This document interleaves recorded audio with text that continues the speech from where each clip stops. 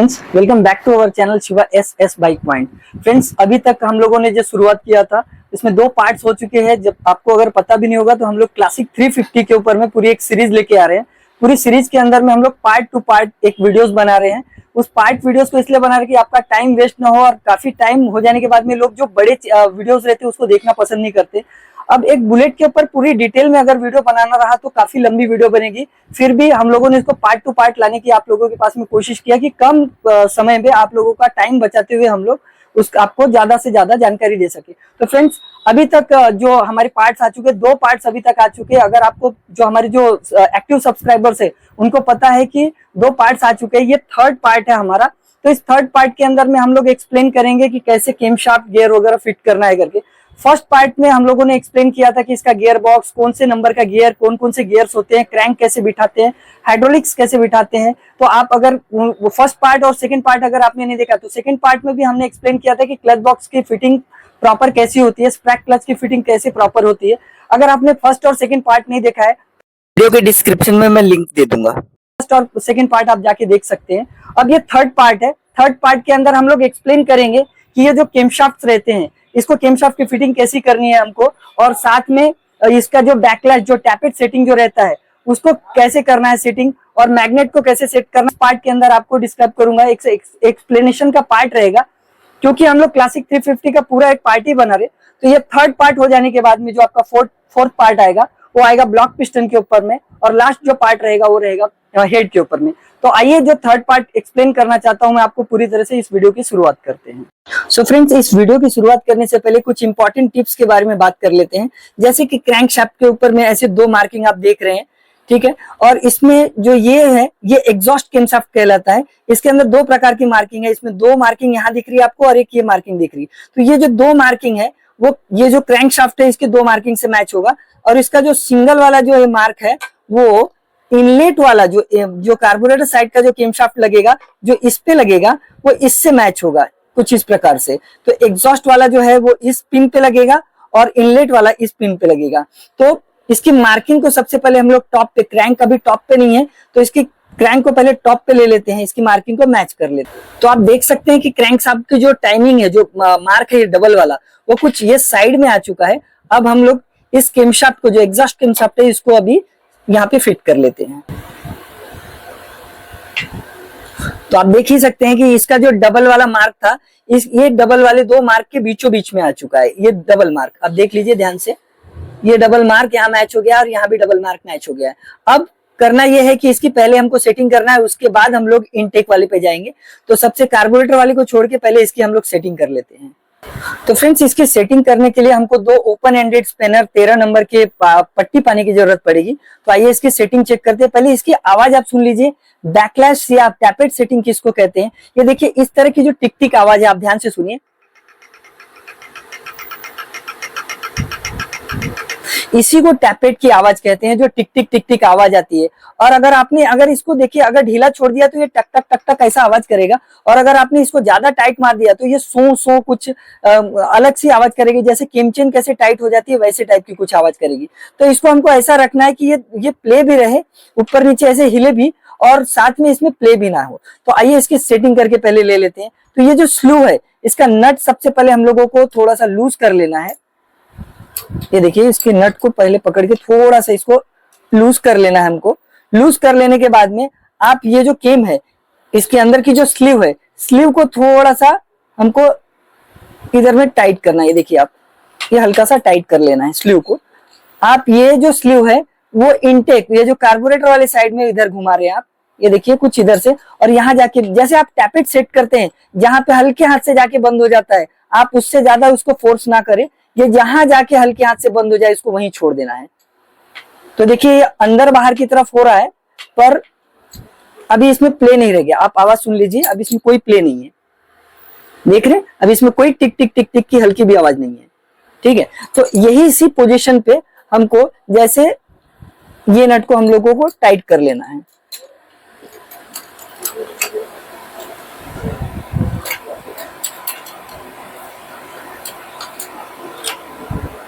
देखिए, बहुत इजी था, इसको हमने टाइट कर लिया है। फ्रेंड्स अगर ये टाइट करते करते आपको ऐसा लगता है कि ये अंदर बाहर ऐसे जाम हो जा रहा है, तो आपको ये प्रोसीजर को फिर से रिपीट करना है। मतलब इसको थोड़ा सा स्लीव को वापस से ढीला करना है और वापस से नट को टाइट करके देखना है। तो मेरे केस में अभी थोड़ा सा टाइट हो गया था, तो मैंने इस नट को वापस से थोड़ा सा लूज किया और ये जो अंदर की जो स्लीव है उसको थोड़ा सा ढीला किया और वापस ये लॉक नट को, ये इस नट को टाइट कर लेते हैं। अब इस स्टेज पे देखिए ये अंदर बाहर भी हो रहा है और इसमें कोई आवाज भी नहीं है। इसमें देखिए बिल्कुल आवाज नहीं है और ये अंदर बाहर भी इजीली हो जा रहा है। तो यहाँ इस स्टेज पे देखिए जो एग्जॉस्ट कैमशाफ्ट की जो सेटिंग थी वो हमारी कंप्लीट हो जाती है। तो फ्रेंड्स अब एग्जॉस्ट की पहले सेटिंग हो जाने के बाद में, क्योंकि बुलेट के अंदर में आपको पहले एग्जॉस्ट व्हील की सेटिंग करना पड़ता है, तो एग्जॉस्ट कैम की यहाँ पे सेटिंग हो चुकी है। तो अब हमको अभी इनटेक जो कार्बोरेटर साइड वाला है वो कैमशाफ्ट को अभी लगाना है और उसका ये जो सिंगल मार्क है वो एग्जॉस्ट के सिंगल मार्क से मैच करना है, यहाँ पे बिल्कुल एग्जैक्टली अपोजिट में, उसके बिल्कुल आमने सामने। तो आइए इसको मैच करके ले लेते हैं। ये देखिए ये कुछ इस प्रकार से जा रहा है। यहाँ पे जो ऑयल पंप की व्हील को है थोड़ा सा आपको मैच करना है, ये ऊपर जा रहा है, थोड़ा सा और नीचे लेते हैं, ऑयल पंप की व्हील को मैच करते हैं और इसको एग्जैक्टली इसके होल बिल्कुल ऑपोजिट में मैच करते हैं। देखिए ये जो पॉइंट था इसका, जो कंपनी का मार्क दिया हुआ है, बिल्कुल इसके मार्क से मैच हो गया है। और इसी पोजीशन में मैं बता देना चाहता हूँ कि ये टॉप पोजीशन पे बिल्कुल पिस्टन जो है टॉप पे है। पहले हम लोगों ने पहले एग्जॉस्ट को सेट किया है, इसको लगा लिया है और अब इनलेट को लगा रहे हैं, इनटेक को लगा रहे हैं। तो देखिए यहाँ पे जो पिन जो है, यहाँ पे जो मार्क है मैच हो गया है। पहले हमने कैमशाफ्ट को मैच कर लिया था, ये बिल्कुल फ्री है यहाँ पे। अब यहाँ पे इनटेक वाले कार्बोरेटर वाले भाग को अपन मैच करेंगे इसमें। तो अभी देखिए इसमें भी एक आवाज है, देखा आपने, इसमें भी एक आवाज है, मतलब इसमें भी एक टिक टिक की आवाज आएगी। तो इसको पहले सेट करने के लिए हमको फिर से वही करना है, 13 नंबर के ओपन एंडेड स्पिनर को लेना है और उसके लॉक नट को खोल लेना है और उसके बाद में इसको, पहले हमने इसके वाले स्लू को ये साइड टाइट किया था, अब इसकी स्लू को एग्जॉस्ट की तरफ टाइट करेंगे, हल्का हल्का, बिल्कुल हल्के हाथ से, जैसे आप लोग रेगुलर गाड़ियों का टैपेट स्क्रू टाइट करते हैं उसी तरह। ये जहां जाके लटक जाएगा, ये जहां जाके हल्का सा जाम हो जाएगा वहीं छोड़ देना है आपको, बिल्कुल ताकत नहीं लगानी है। देखिए अभी ये थोड़ा सा जाम है, ये इसको हल्का सा और लूज कर दे। ये जो इनटेक वाली जो व्हील है, ये जो इनटेक वाली कैमशाफ्ट है, ये भी बिल्कुल इजी अंदर बाहर होना चाहिए, बिल्कुल इसी तरह जैसे एग्जॉस्ट का हो रहा है उसी तरह ये भी थोड़ा सा इजीली अंदर बाहर होना चाहिए। अब इस पोजीशन पे हो चुका है, अब देखते हैं इसको टाइट करके।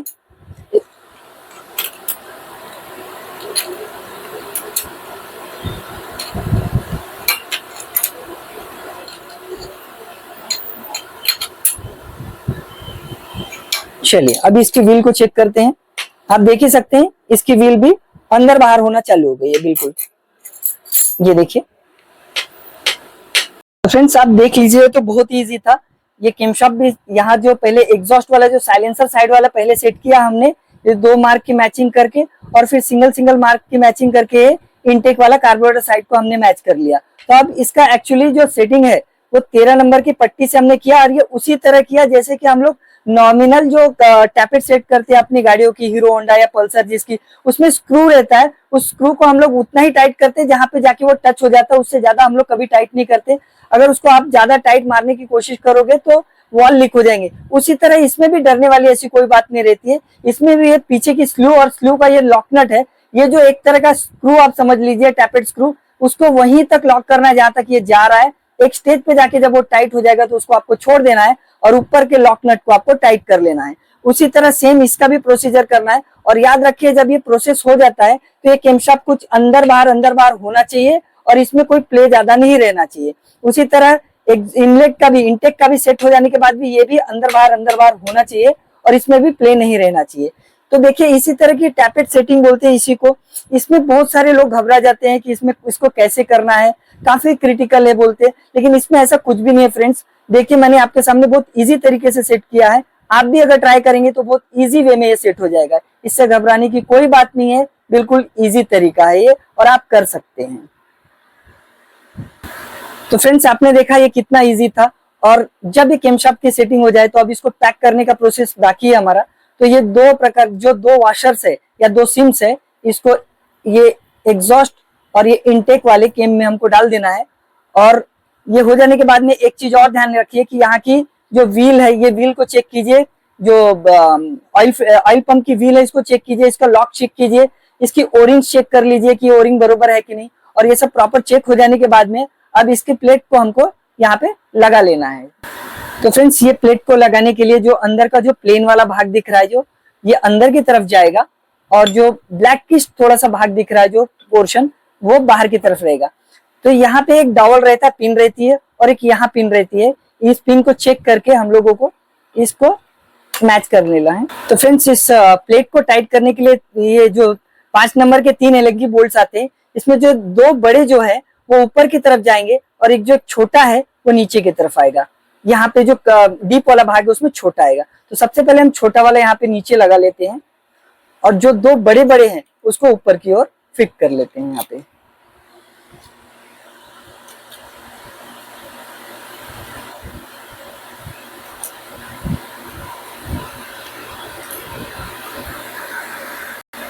फ्रेंड्स अब ये प्लेट लग जाने के बाद में एक हाफ मून टाइप का की है जो चंद्राकार टाइप का है, वो हमें मैग्नेट के क्रैंक में जो है लगा लेने का है। और उसके बाद में ये मैच हो जाने के बाद हम लोगों को ये जो मैग्नेट है इसको लगा लेना है। देखिए बहुत इजी तरीके से बैठ गया। इसके साथ में एक वॉशर है और साथ में एक 19 नंबर का एक नट है। तो चलिए इसको टाइट करके ले लेते हैं पहले। फ्रेंड्स मैग्नेट टाइट हो जाने के बाद इधर का तो पोर्शन पूरा कंप्लीट हो गया। अब हमको ये जो गियर की जो शाफ्ट है इसको लगा लेना है। गियर शाफ्ट लगा देने के बाद में यहाँ एक ब्लैक कलर का बुश आता है वो हमको लगा देना है। इन सब छोटी छोटी चीजों का हमको ध्यान रखना है कि गियर शाफ्ट जब हम ये आरएच कवर पैक करने वाले हैं तो हमको इससे पहले ये श्योर करना होगा कि इसमें जो लगा हुआ काला बुश है कि नहीं, इसमें लगी वाली ऑयल पंप में लगी वाली ओरिंग है कि नहीं, नट टाइट है कि नहीं, कोई कुछ लूज तो नहीं रह गया। और लास्ट में जो इसकी जो ऑयल पंप की जो होल है इसको हमको चेक करना है, क्योंकि हमारे केस में इंजन खुला हुआ है तो हम लोग इजीली चेक कर पाएंगे। जब हम लोग इस ऑयल पंप की होल में इसको हमको श्योर करना है कि ये जो होल है ऑयल पंप का जो होल है, जो ऑयल का जो पैसेज है जो ब्लॉक में और हेड के ऊपर में जाता है वो बिल्कुल खुला है कि नहीं, तो उसको भी एक बार श्योर चेक कर लेना है।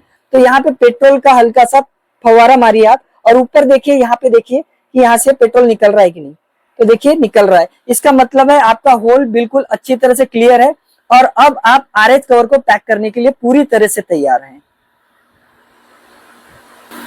तो फ्रेंड्स ये पूरे पार्ट फिट हो जाने के बाद में हमारा जो थर्ड पार्ट था वो एक्सप्लेनेशन का जो पूरी तरह से वो कंप्लीट हो चुका है। मुझे लगता है कि मैंने आपको पूरे डिटेल में समझाया। फिर भी अगर आपको कुछ लगता होगा तो आप मुझे कमेंट करके बता दीजिएगा, क्योंकि मैंने बहुत इजी वे में समझाया कि आपको टैपेट से या घबराने की बिल्कुल भी जरूरत नहीं है। ये बिल्कुल एक छोटा बच्चा भी सीख सकता है, अगर वो ध्यान दे तो पूरी तरह से सीख सकता है, और इसलिए मैंने ये आपको एक्सप्लेन करके बताया। तो फ्रेंड्स ये थर्ड पार्ट को आज हम यहीं पे एंड करते हैं। तो फ्रेंड्स अगर आपने हमारा सेकेंड और फर्स्ट पार्ट नहीं देखा है तो मैं इस वीडियो की डिस्क्रिप्शन में लिंक डाल दूंगा, आप वहां से देख लीजिएगा, और हमारे आगे आने वाले पार्ट को भी फॉलो कीजिए। जो फोर्थ पार्ट आएगा उसके अंदर हमारा ब्लॉक पिस्टन का एक्सप्लेनेशन रहेगा। उसके अंदर मैं आपको एक्सप्लेन करके बताऊंगा कि पिस्टन रिंग की पोजीशन कैसे रखना है। और जो फिफ्थ पार्ट आएगा उस पार्ट के अंदर हेड को हम लोग एक्सप्लेन करेंगे कि रॉकर और उसकी ऑयल सप्लाई कैसी रहती है इंजन को जो बॉडी पे फिट करने के बाद। तो फ्रेंड्स चलिए मिलते हैं आगे के फोर्थ पार्ट में, जिसमें हम लोग ब्लॉक पिस्टन को एक्सप्लेन करने वाले हैं। तब तक आपको अगर ये वीडियो अच्छी लगी हो तो प्लीज लाइक शेयर कर दीजिएगा। अगर आपने मेरे चैनल को अभी तक सब्सक्राइब नहीं किया है तो प्लीज सब्सक्राइब कर दीजिएगा, और कमेंट में जरूर बताइए कि आपको वीडियो कैसी लगी। तो चलिए मिलते हैं फिर आगे के पार्ट में। Thank you for watching. जय हिंद।